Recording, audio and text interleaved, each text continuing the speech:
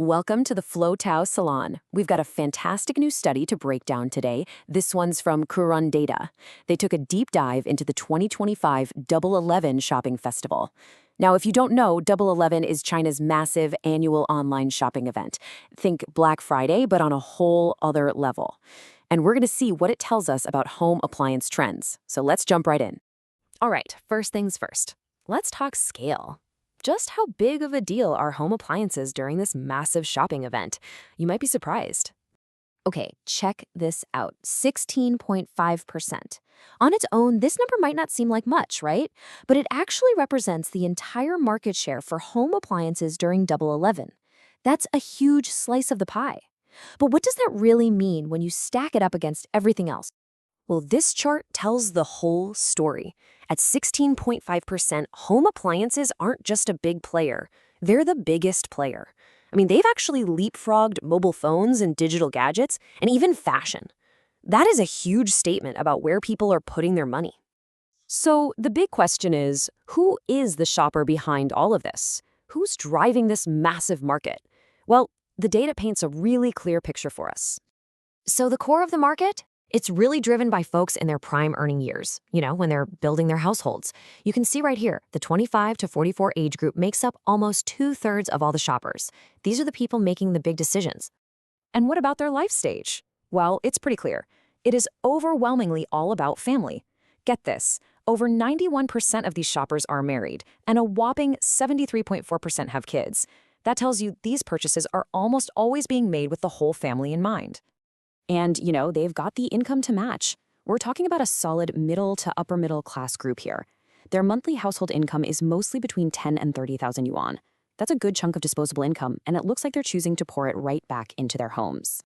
Okay, so we've got a good handle on who's doing the buying. But now for the really fascinating part. What are they actually buying? Because this is where we see a huge shift in how people are thinking. Okay, look at this chart. This is so interesting. The top category, it's not what you'd expect. It's not the big stuff like fridges or washing machines. Nope. It's personal care gadgets at a massive 67%. And right behind that, you've got lifestyle appliances. The old school essentials are actually being overtaken by things that are all about personal improvement. This right here, this is the new face of home appliances. It's all about self-care. It's about personal well-being. We're talking shavers, hair dryers, electric toothbrushes, all these little things that just make your own individual daily life a little bit better.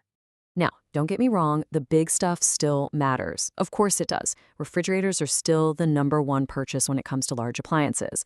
But look at the other top picks. Ovens for getting more creative in the kitchen, robot vacuums for pure convenience. The big takeaway here is that we've pivoted. We've gone from just necessity replacements, buying something because it broke, to actively seeking out quality of life upgrades.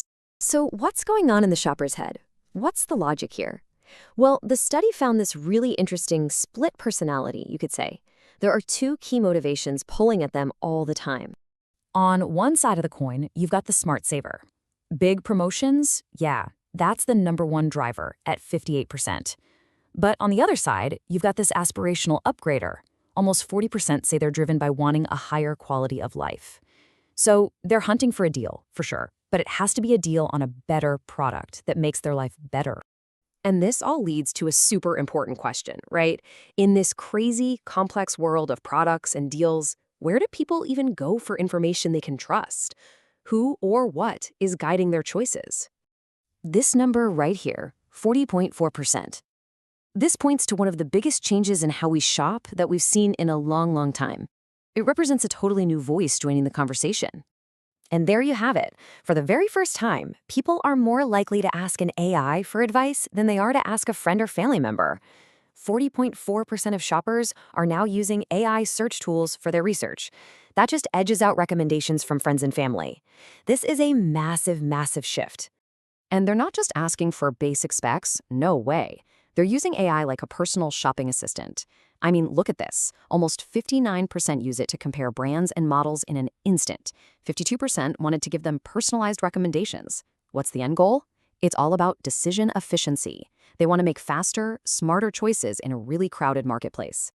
So, we've gone through a ton of data. What does it all mean for the future of retail? Let's boil it all down to 3 key takeaways. Okay, number 1, consumption is upgrading. People aren't just passively replacing stuff that breaks anymore. They're actively going out and seeking better technology to improve their quality of life. It's a fundamental shift from "I need this" to "I want this." Finding number 2, the boom in self-care appliances. The focus has shrunk. It's gotten more personal. This whole self-care economy isn't just a buzzword. It's a huge driver of sales in the appliance world now. It's proof that people are willing to invest in their own personal well-being, one gadget at a time. And finally, our third big takeaway, AI is the new co-pilot. This isn't something that's coming soon, it's already here.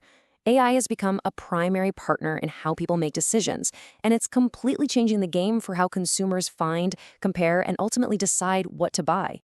And that leaves us with one last really big thought to chew on. As AI gets smarter, as it goes from being just a search tool to more of a decision agent, something that actually filters our choices for us, what do brands have to do to even get into the running? How do they adapt just to be part of the conversation? That, right there, is the multi-billion-dollar question that's going to shape the future of retail.